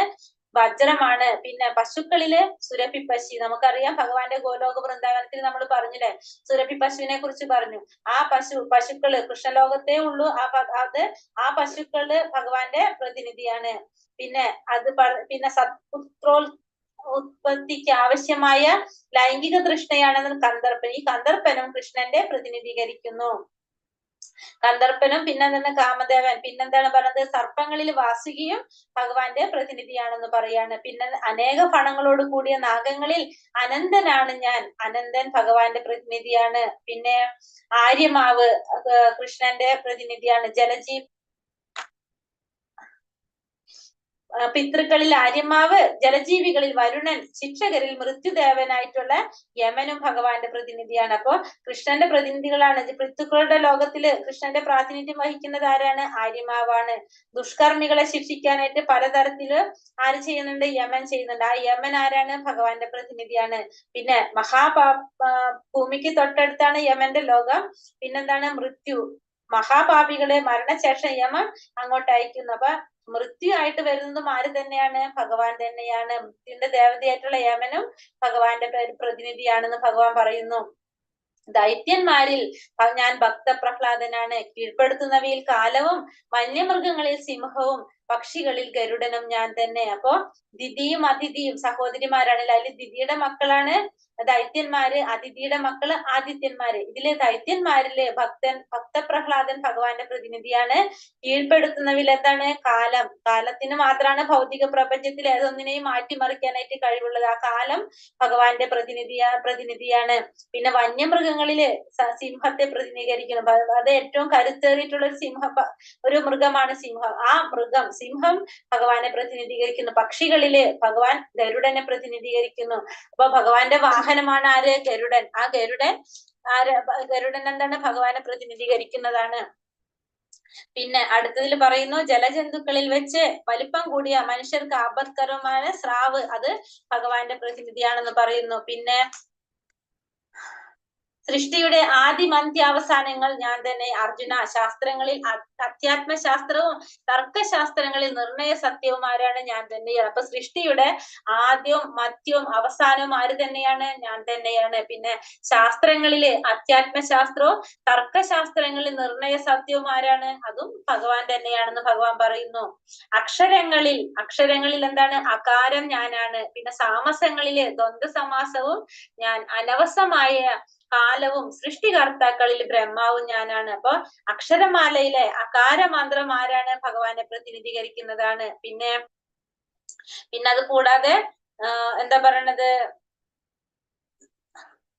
ബ്രഹ്മാവ്, ചതുർമുഖനായിട്ടുള്ള ബ്രഹ്മാവ് ഭഗവാനെ പ്രതിനിധീകരിക്കുന്നു. പിന്നെ കാലം ഭഗവാനെ പ്രതിനിധിക്കുന്ന. സമാസങ്ങളിൽ ദ്വന്ദ്വ സമാസവും ഭഗവാന്റെ പ്രതിനിധിയാണ്. രാമ, കൃഷ്ണ ഇതൊക്കെ പറയില്ലേ നമ്മള്, അങ്ങനത്തെ ആ സമാസങ്ങള്, ദ്വന്ദ്വ സമാസങ്ങള് അതും ഭഗവാന്റെ പ്രതിനിധിയാണെന്ന് പറയാണ്. പിന്നെ അടുത്തതില് സർവസംഹാരിയായ മരണവും ഭാവിയുടെ ഉത്ഭവസ്ഥാനവും സ്ത്രീകളിൽ യശസ്, ഭാഗ്യം, സുന്ദര ഭാഷണം, ഓർമ്മശക്തി, ബുദ്ധി, സ്ഥൈര്യം, ക്ഷമ എന്നിവയും ഞാനാണ്. അപ്പൊ സർവസംഹാരിയായ മരണം ഭഗവാന്റെ പ്രതിനിധി. പിന്നെ ഭാവിയുടെ ഉത്ഭവസ്ഥാനം, പിന്നെ സ്ത്രീകളിൽ കാണുന്ന യശസ്, ഭാഗ്യം, സുന്ദര ഭാഷണം, ഓർമ്മശക്തി, ബുദ്ധി, സ്ഥൈര്യം, ക്ഷമ ഇതൊക്കെ ആരെ പ്രതിനിധീകരിക്കാണ്? ഭഗവാനെ പ്രതിനിധീകരിക്കാണ്. അപ്പൊ ജനനം, വളർച്ച, സ്ഥിതി, സന്തോൽപാദനം, ക്ഷയം, അവസാനം മരണം, ഈ ഇത്രയും കാര്യങ്ങളിൽ ആദ്യം ഏതാണ് ഭഗവാനെ പ്രതിനിധീകരിക്കുന്നത്? മരണം ഭഗവാനെ പ്രതിനിധീകരിക്കുന്നു. പിന്നെ അതുപോലെ തന്നെ യശസ്, ഭാഗ്യം, നല്ല വാക്ക്, ഓർമ്മശക്തി, ബുദ്ധി, സ്ഥൈര്യം, ക്ഷമ മുതലായ സ്ത്രീലിംഗങ്ങളായിട്ടാണ് പറയുന്നത്. ഇവയിൽ ഏതെങ്കിലോ എല്ലാമോ ഉണ്ടെങ്കിൽ അതാരാണ്? അത് ഭഗവാനെ പ്രതിനിധീകരിക്കാണ്. ഭഗവാൻ എന്താ പറയാ, ഉണ്ടെങ്കിൽ ആരാണ്? കീർത്തിമാനായി തീരാണ് എന്ന് പറയാണ് ഇവിടെ. പിന്നെ അടുത്തതിൽ പറയണു, സാമവേദ സൂക്തങ്ങളിൽ ബൃഹസ്മാവും ഛന്ദസ്സുകളിൽ വെച്ച് ഗായത്രി മന്ത്രവും മാസങ്ങളിൽ മാർഗശീർഷവും ഋതുക്കളിൽ വസന്തവും ഞാനാണ്. അപ്പോ സാമവേദം എന്ന് വെച്ചിട്ടുണ്ടെങ്കിൽ എന്താണ്? ദേവന്മാർ പാടിയിട്ടുള്ള മനോഹരമായ ഗീതങ്ങൾ നിറഞ്ഞതാണ് സാമവേദം. ഇതെങ്ങനെയാണ്? ഇതും ഭഗവാൻ തന്നെയാണ്. പിന്നെ ബൃഹസ്മാവും, സാമവേദങ്ങളിൽ ബൃഹസ്മാവ് എന്ന് വെച്ചാൽ എന്താണ്? അത് പാതിരാവിലെ പാടുന്നതുമായ ഒരു ഗീതമാണ്. ഏറ്റവും ആകർഷകവുമാണ്. പാതിരാത്രിയാണ് ഇത് പാടുന്നത്. ആ ഒരു ഗീതത്തിന് എന്താണ് പറയണത്? ബൃഹത്സാമം എന്ന് പറയുന്നത്. അതും ഭഗവാന്റെ പ്രതിനിധിയാണ്. പിന്നെ ഗായത്രി മന്ത്രം, അതും ഭഗവാന്റെ പ്രതിനിധിയാണ്. ഛന്ദസ്സുകളിൽ ഗായത്രി മന്ത്രവും ഭഗവാന്റെ പ്രതിനിധിയാണ്. പിന്നെ നവംബർ ഡിസംബർ മാസങ്ങള് കാലം, അത് ഭഗവാന്റെ പ്രതിനിധിയാണ്. കാരണം ആ മാസത്തിന്റെ പ്രത്യേകത എന്താണ്? ധാന്യങ്ങളൊക്കെ വിളഞ്ഞ് കൊയ്തെടുക്കുന്ന കാലമാണല്ലോ. അപ്പൊ അതുകൊണ്ട് ജനങ്ങള് സ്വാഭാവികമായിട്ട് എങ്ങനെയുള്ളവരായിരിക്കും? സന്തുഷ്ടരായിരിക്കും. പിന്നെ ശീതങ്ങളും ഉഷ്ണവും ശീതമൊന്നും സമതുലിതമായിട്ട് പോകുന്ന ഒരു സമയമാണ്. ചെടികളും പൂക്കളൊക്കെ എന്താണ്? വളർന്ന് ഇരിക്കുന്ന, കാണാൻ തന്നെ നല്ല ഭംഗിയുള്ള ഒരു സമയമാണത്. അപ്പൊ അത് ആരുടെ പ്രതിനിധീകരിക്കാണ്? ഭഗവാന്റെ പ്രാതിനിധ്യം ഉള്ളതാണെന്ന് പറയാണ്. ഭഗവാനെ പ്രതിനിധീകരിക്കുകയാണെന്ന് പറയാണ്. പിന്നെ ഋതുക്കളിൽ വസന്തവും ഞാൻ തന്നെയാണ് എന്ന് പറയുന്നത്. വസന്തം, ഹേമന്തം, ശരത്ത്, വർഷം, ഈ 4 ഋതുക്കളില് വസന്തം ആരെ പ്രതിനിധീകരിക്കുന്നു? ഭഗവാനെ പ്രതിനിധീകരിക്കുന്നു. അപ്പൊ ഭഗവാൻ ഏറ്റവും ഇഷ്ടമുള്ള മാസമായതുകൊണ്ട് തന്നെ ഏറ്റവും കൂടുതൽ ഭഗവാന്റെ ലീലകൾ നടന്നിട്ടുള്ളതും ഏറ്റവും കൂടുതൽ ആഘോഷങ്ങളൊക്കെ ഉള്ളതും ഒക്കെ ഏത് സമയത്താണ്? ഈ സമയത്താണ്, ഈ വസന്തകാലത്തിലാണ് എന്ന് പറയും. ഏറ്റവും ഭഗവാനും പ്രിയപ്പെട്ട മാസങ്ങളാണിത്. പിന്നെ വഞ്ചകരുടെ ചൂതുകളിയും തേജസ്വികളുടെ തേജസ്സും ഞാനാകുന്നു. ജയവും സദ്യുദ്ധമവും ശക്തരുടെ കരുത്തും ഞാൻ തന്നെ. വഞ്ചകന്മാരുടെ ചൂതുകളി, തേജസ്വികളുടെ തേജസ് ഞാനാകുന്നു. ജയവും നല്ല ഉദ്യമങ്ങൾ, സദുദ്യമം എന്ന് വെച്ചാൽ നല്ല ഉദ്യമങ്ങളും ശക്തരുടെ കരുത്തും എല്ലാതും ഞാൻ തന്നെയാണ് എന്ന് പറയുന്നു. പിന്നെ വൃഷ്ണികുലത്തിൽ വാസുദേവനും പാണ്ഡവരിൽ അർജുനനും മുനികളിൽ വ്യാസനും ചിന്തകരിൽ ഉഷനാകവിയുമാണ് ഞാൻ. അപ്പൊ വൃഷ്ണികുലത്തിൽ ആരാണ്? ഭഗവാൻ ശ്രീകൃഷ്ണനാണ്. ഭഗവാൻ വൃഷ്ണികുലത്തിൽ വാസുദേവനാണ് ഞാൻ. വൃഷ്ണികുലത്തിലെ വാസുദേവനാണ് ഞാൻ എന്ന് പറയാണ് ഭഗവാൻ. ബലരാമൻ, കൃഷ്ണന്റെ ഒരു അടുത്ത രൂപവിസ്തരണം നമ്മൾ ഒത്തിരി നേരത്തെ പറഞ്ഞിട്ടുണ്ടായിരുന്നു. ആ കൃഷ്ണനും ബലരാമനും വാസുദേവൻ പുത്രന്മാരായിട്ടാണ് പറഞ്ഞതെങ്കിലും നമ്മൾ എന്താ പറഞ്ഞത്? കൃഷ്ണൻ വൃന്ദാവനം വിട്ട് ഒരിക്കലും പോകാറില്ല എന്ന് പറഞ്ഞു. അപ്പൊ വൃന്ദാവനത്തിന് പുറത്ത് കാണുന്ന കൃഷ്ണൻ ഏത് കൃഷ്ണനാണ്? വാസുദേവ കൃഷ്ണൻ വേറൊരു കൃഷ്ണനാണ് പറയുന്നത്. ഭഗവാന്റെ രൂപവിസ്തരണമാണെന്നാ പറയുന്നത്. ഭഗവാൻ ഒരിക്കലും വൃന്ദാവനം വിട്ട് പോകില്ല എന്നാ പറയണത്. പിന്നെ അടുത്തതിൽ എന്താ പറയണത്? പാണ്ഡവരില് അർജുനൻ ഭഗവാന്റെ പ്രതിനിധിയാണ്, മുനിമാരില് വ്യാസനും, ചിന്തകരിൽ ഉശന കവി എന്ന് വെച്ചിട്ടുണ്ടെങ്കിൽ ആരാണ്? അസുരന്മാരുടെ ഗുരുവായിട്ടുള്ള ശുക്രാചാര്യർ, അതും ഭഗവാനെ പ്രതിനിധീകരിക്കുന്നതാണ്.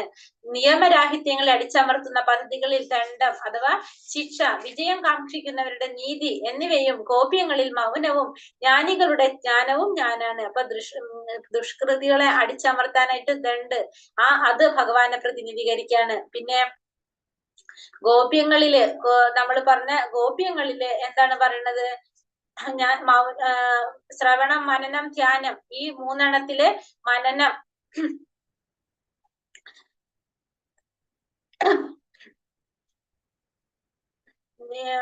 ഗോപ്യങ്ങളിൽ മൗനവും, ഇതില് മൗനം ആരാണെന്ന് പറയുന്നത്? ഭഗവാനെ പ്രതിനിധീകരിക്കുന്നു. പിന്നെ അതുപോലെ തന്നെ ഗോപ്യങ്ങളിൽ മൗനവും ജ്ഞാനികളുടെ ജ്ഞാനവും ആര് തന്നെയാണ്? ഭഗവാൻ തന്നെയാണെന്ന് ഭഗവാൻ ഇവിടെ എടുത്തു പറഞ്ഞു തരാണ്. പിന്നെ അല്ലയോ അർജുന, സർവഭൂതങ്ങളുടെയും ആദിബീജമാണ് ഞാൻ, എന്നെ കൂടാതെ ചരാചരങ്ങളിൽ ഒന്നിനും നിലനിൽപ്പില്ല.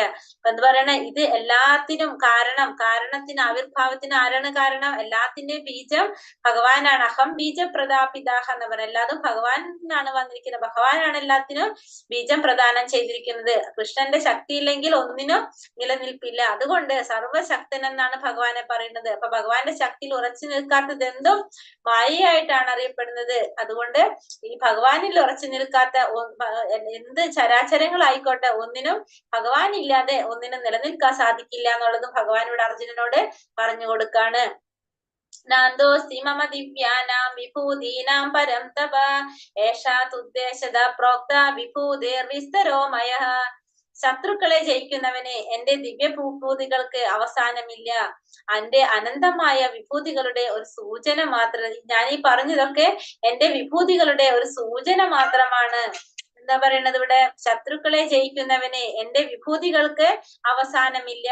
ഞാൻ പറഞ്ഞതാകട്ടെ എന്റെ അനന്തമായ വിഭൂതികളുടെ ഒരു സൂചന മാത്രമാണെന്ന് എടുത്തു പറയണം. അപ്പൊ ഭഗവാൻ പറയാണ്, ഞാൻ ഈ പറഞ്ഞതൊക്കെ എന്റെ വിഭൂതികളുടെ ഒരു സൂചന മാത്രമാണ്. ശരിക്കും എന്റെ വിഭൂതികൾ എന്താണ്? അനന്തമായിട്ടുള്ളതാണ്. ഇപ്പൊ ആധ്യാത്മിക ലോകത്തിലായാലായിക്കോട്ടെ, ഏത് ലോകത്തിലായിക്കോട്ടെ, കാരണം ഭഗവാനാണ് എല്ലാത്തിനും സൃഷ്ടിച്ചിരിക്കുന്നത്. നമ്മൾ പറഞ്ഞു കഴിഞ്ഞു. ഇപ്പൊ ഏത് രീതിയിൽ നോക്കിയാലും ഭഗവാന്റെ വിഭൂതികൾ എങ്ങനെയാണ്? എണ്ണിയാൽ തീരാത്തത്രയുണ്ട് ഭഗവാന്റെ വിഭൂതികള്. എല്ലാതും കറക്റ്റ് ആയിട്ട് ഭഗവാൻ വിവരിച്ചിട്ടില്ല. കാരണം അർജുനൻ അത്രയും ജിജ്ഞാസു ആയ കാരണം, അത്രയും ആഗ്രഹമുള്ള കാരണം കൊണ്ട് ചെറിയതായിട്ടുള്ള ഒരു സൂചന മാത്രം ഇവിടെ ആര് കൊടുക്കുന്നുള്ളൂ? ഭഗവാൻ അർജുനന് കൊടുക്കുന്നുള്ളൂ എന്നുള്ളത് ഭഗവാൻ ഇവിടെ പറയാണ്. യത് വിഭൂതി മത്സത്വം ശ്രീമദുർജിതമേവ തത്തേവാവഗച്ഛത്വം മമ തേജോംശ സംഭവം. വിഭൂതിമത്തും സുന്ദരവും തേജസ്സുറ്റതുമായ ഏതൊരു സൃഷ്ടിയും എന്റെ തേജസ്സിന്റെ ഒരു കണികയിൽ നിന്ന് ഉത്ഭവിച്ചത് തന്നെയെന്ന് മനസ്സിലാക്കുക. അപ്പോ വിഭൂതിമത്തായിട്ടുള്ള വിഭൂതികള്, ഭഗവാന്റെ വിഭൂതികളിൽ ഏറ്റവും സുന്ദരമായിട്ടുള്ളതും തേജസ്സുറ്റതുമായിട്ടുള്ള ഏതൊരു സൃഷ്ടിയും ഭഗവാന്റെ തേജസ്സിന്റെ ഒരു കണികയിൽ നിന്നാണ് ഉത്ഭവിച്ചതെന്ന് മനസ്സിലാക്കണം. അപ്പൊ നമുക്ക് മയിലിനെ നമുക്കറിയാലേ, അത്രയും കാണാനായിട്ട് ഭംഗിയുള്ളതാണ് നമുക്ക്. അത് ഭഗവാന്റെ എന്താ പറയണത്? ഭഗവാന്റെ ഒരു അനുഗ്രഹമാണെന്ന് പറയണത്. ഭഗവാന്റെ ഒരു ഐശ്വര്യം അതിൽ നിൽക്കുകയാണ് ചെയ്യുന്നത്. അപ്പൊ ആധ്യാത്മിക ലോകത്തായിക്കോട്ടെ, ഈ ഭൗതിക ലോകത്തിലായിക്കോട്ടെ, തേജസ് ആയിട്ടുള്ളതും സുന്ദരമായിട്ടുള്ളതും ഐശ്വര്യപൂർണമായിട്ടുള്ളത് എന്തും ഭഗവാന്റെ വിഭൂതിയിലെ ഒരു അംശം, ഒരു ആവിഷ്കരണമാണ്, ഒരു അംശാവിഷ്കരണമാണ്. അത് സാധാരണ കൂടുതൽ ഐശ്വര്യം ഉണ്ടാകുന്നുണ്ടെങ്കിൽ അത് ഭഗവാന്റെ വിഭൂതിക്ക് പ്രാധാന്യം പ്രാതിനിധ്യം വഹിക്കുന്നുണ്ടെന്ന് നമുക്ക് മനസ്സിലാക്കാനായിട്ട് സാധിക്കും. ഈ ഒരു പക്ഷി, പിന്നെ എന്താണ് സൺഫ്ലവർ, ഇതെല്ലാതും ഭഗവാന്റെ വിഭൂതികൾക്ക് ഉദാഹരണമാണ്. വിഭൂതിയിലാണ് ഭഗവാനെ പ്രതിനിധീകരിക്കുന്നതാണ്. കാരണം ഏത് ലോകത്തിലായാലും സാധാരണയിൽ കൂടുതൽ സുന്ദരമായിട്ടുള്ള തേജസ്സുറ്റമായിട്ടുള്ള ഐശ്വര്യപൂർണമായിട്ടുള്ളത് എല്ലാതും ഭഗവാനെ പ്രതിനിധീകരിക്കുന്നുണ്ടെന്നുള്ളത് മനസ്സിലാക്കുക. അഥവാ ബഹുനൈതേന കിം ജ്ഞാതേനാതവാർജുന വിഷ്ടാഭ്യാഹമിദം കൃഷ്ണ മേകാംശേന സ്ഥിതോ ജഗത്. അല്ലെങ്കിൽ അർജുന, ഇനിയും വിശദമായി ഇതെല്ലാം അറിഞ്ഞിട്ട് എന്തു വേണം? എന്റെ ഈ ഒരു ചെറിയ അംശം മാത്രമാണ് ഈ മഹാപ്രപഞ്ചത്തിൽ വ്യാപിച്ച് അതിനെ നിലനിർത്തുന്നത്. അപ്പൊ അല്ലെങ്കിൽ അർജുന ഇനിയും വിശദമായിട്ട് അറിഞ്ഞിട്ട് എന്ത് വേണമെന്നാ ചോദിക്കുന്നത്. കാരണം എന്റെ ഒരു ചെറിയ അംശം മാത്രമാണ് ഈ മഹാപ്രപഞ്ചത്തിൽ വ്യാപിച്ച് അതിനെ നിലനിർത്തുന്നത് ഭഗവാനോട് അർജുനനോട് പറയാണ്. അപ്പൊ ഇനിയും കുറെ ഉണ്ട് പറയാനായിട്ട് അല്ലെ. പറഞ്ഞു കഴിഞ്ഞാല് അവസാനമില്ലെന്ന് ഭഗവാൻ ഓൾറെഡി പറഞ്ഞു കഴിഞ്ഞു. എന്നിട്ട് ചോദിക്കുകയാണ് ഇനി അറിഞ്ഞിട്ട് എന്താ വേണ്ടത്? എന്റെ ഒരു ചെറിയ അംശം മാത്രമാണ് ഈ മഹാപ്രപഞ്ചത്തില് വ്യാപിച്ചിട്ട് ഇതിനെല്ലാം നിലനിർത്തുന്നത്, നീ മനസ്സിലാക്കിയാൽ മതി എന്ന് പറയുന്നത്. അപ്പൊ ഭൗതിക ലോകത്തിൽ എല്ലാറ്റിന്റെയും ഉള്ളിൽ പ്രവേശിക്കുന്ന പരമാത്മാവ് പരമപുരുഷനെ പ്രതിനിധീകരിച്ചിരിക്കുന്നു. അപ്രകാരം എല്ലാം വെവ്വേറെ ഐശ്വര്യത്തോടു കൂടി നിലനിൽക്കുന്നതെന്ന് മനസ്സിലാക്കുന്നതിൽ യാതൊരു അർത്ഥവുമില്ലെന്ന് ഭഗവാൻ അർജുനനോട് പറഞ്ഞു കൊടുക്കാണ്. അപ്പൊ കൃഷ്ണൻ പരമാത്മാ സ്വരൂപിയായി അവയിൽ ഉൾപ്പൂകി എല്ലാ ജീവജാലങ്ങളെയും നിലനിർത്തുന്നെന്ന് മാത്രം മനസ്സിലാക്കിയാൽ മതി. അപ്പൊ ഭഗവാൻ പരമാത്മാ സ്വരൂപിയായിട്ട് എല്ലാ ജീവജാലങ്ങളുടെയും ഉള്ളില് ഹൃദയത്തില് ഉൾപ്പൂകിക്കൊണ്ട് ഇവയെ എല്ലാം നിലനിർത്തുന്നത് മാത്രം നീ മനസ്സിലാക്കിയാൽ മതി. ഏറ്റവും വലിയ ജീവാത്മാവായ ബ്രഹ്മാവ് മുതല് ഉറുമ്പ് വരെ, ഏറ്റവും ചെറിയ ജീവാത്മാവായിട്ടുള്ള ഉറുമ്പ് വരെ ഏത് ജീവാത്മാവിനെയും പുലർത്തിപ്പോരുന്നത് എന്താണ്? ഇവരിലൊക്കെ അന്തർഗതനായിട്ടുള്ള ഉൾപ്പുകിയിട്ടുള്ള ഈ ഭഗവാൻ പരമാത്മാ രൂപത്തിലുള്ള ഭഗവാൻ മാത്രമാണെന്ന് നീ മനസ്സിലാക്കിയാൽ മതി എന്നാണ് ഇവിടെ ആര് പറയുന്നത്? അർജുനനോട് ഭഗവാൻ പറഞ്ഞു കൊടുക്കുന്നത്. ഇനി ഈ ഭഗവാന്റെ ശക്തിയുടെയും വിഭൂതികളുടെയും വിസ്തരങ്ങളുടെയും വിവരം സശ്രദ്ധ നമുക്ക് പഠിക്കാൻ സാധിച്ചു കഴിഞ്ഞാൽ ഭഗവാന്റെ സ്ഥാനം എന്തെന്ന് സംശയമില്ലാണ്ട് തന്നെ നമുക്ക് പൂർണ്ണമായിട്ട് ഗ്രഹിക്കാനും മനസ്സിലാക്കാനായിട്ട് സാധിക്കും.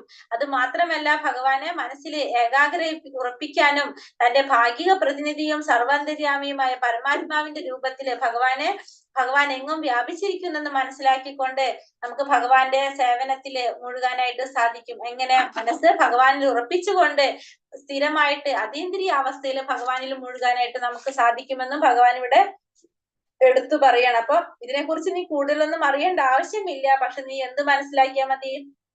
എല്ലാവരിലും ഞാൻ ഉൾപ്പൂക്കിക്കൊണ്ട് അവരെല്ലാം നിലനിർത്തുന്നത് ഞാനാണെന്ന് മാത്രം നീ മനസ്സിലാക്കിയാൽ മതി എന്നാണ് ഇവിടെ ഭഗവാൻ അർജുനനോട് പറഞ്ഞു കൊടുക്കുന്നത്. കൃഷ്ണന്റെ മഹാവിഭൂതികളിൽ നിന്നാണ് സൂര്യന് പോലും ഉഗ്ര തേജസ് ലഭിക്കുന്നത്. അദ്ദേഹത്തിന്റെ ഒരു അംശം കൊണ്ടാണ് പ്രപഞ്ചം നിലനിന്ന് പോരുന്നതും. അതുകൊണ്ട് ഭഗവാൻ ശ്രീകൃഷ്ണൻ ആരാധ്യനാകുന്നെന്ന് പ്രഭാതർ ഭാവാർത്ഥത്തിൽ ലാസ്റ്റ് പറയണം. അപ്പൊ ഭഗവാൻ ശ്രീകൃഷ്ണൻ എന്തുകൊണ്ടും ആരാധ്യനാണ്. കാരണം ഭഗവാന്റെ വിഭൂതികളിൽ നിന്നാണ് സൂര്യന് പോലും തേജസ് ലഭിക്കുന്നത്. അദ്ദേഹത്തിന്റെ ഒരു അംശം കൊണ്ട് മാത്രമാണ് ഈ ഭൗതിക പ്രപഞ്ചം നിലനിർത്തിക്കൊണ്ട് പോരുന്നത് പോലും. എങ്ങനെയാണ്? ഭഗവാന്റെ ഒരു അംശം കൊണ്ട് മാത്രമാണ് ഇതൊക്കെ നിലനിർത്തിക്കൊണ്ട് പോരുന്നത് എന്ന്. അതുകൊണ്ട് ഏതുകൊണ്ട് നോക്കിയാലും ഭഗവാൻ പരമദിവ്യോത്തമ പുരുഷനായ ഭഗവാൻ ശ്രീകൃഷ്ണൻ എന്താണ്? ഏറ്റവും ആരാധിക്കേണ്ട വ്യക്തിയാണ്. ആരാധ്യനാകുന്നു എന്നുള്ളത് ഇവിടെ പ്രഭുപാദർ എടുത്ത് പറയാണ്. അപ്പൊ ഏതൊരു ജീവജാലങ്ങളും 84 ലക്ഷം ജീവജാലങ്ങളുണ്ട്. ഇതിൽ ഓരോന്നിലും പരമാത്മാ രൂപത്തിൽ ആര് വരാണ്? ഭഗവാൻ വരാണ്. ഇവരെ എല്ലാം നിലനിർത്തിക്കൊണ്ടു പോകുന്നത് ആര് തന്നെയാണ്? ഭഗവാൻ തന്നെയാണ്. പരമാത്മാ രൂപത്തിലിരിക്കുന്ന ഭഗവാൻ തന്നെയാണ് ഇവരെ ഓരോരുത്തരെയും നിലനിർത്തി കൊണ്ടുപോകുന്നതെന്ന് ഭഗവാൻ നമുക്കിവിടെ പറഞ്ഞു തരാണ്. ഹരേ ഹരേ ഹരേ കൃഷ്ണ കൃഷ്ണ കൃഷ്ണ ഹരേ ഹരേ, ഹരേ രാമ രാമ രാമ ഹരേ ഹരേ. പഞ്ചകൽപതരൂപശ്ച കൃപാ സിന്ധോഭ്യവ ച പതിതാനാം പാവനേഭ്യോ വൈഷ്ണവേഭ്യോ നമഃ. ജയ ശ്രീല പ്രഭാതിക്ക് ജയ ശ്രീല ഗുരുദേവിക്ക് ജയ. നിത്തായി ഗൗര പ്രമാനന്ദേ ഹരി ഹരി. ഹരേ കൃഷ്ണ ഭയങ്കര സ്പീഡ് ഉണ്ടായിരുന്നു ക്ലാസ്.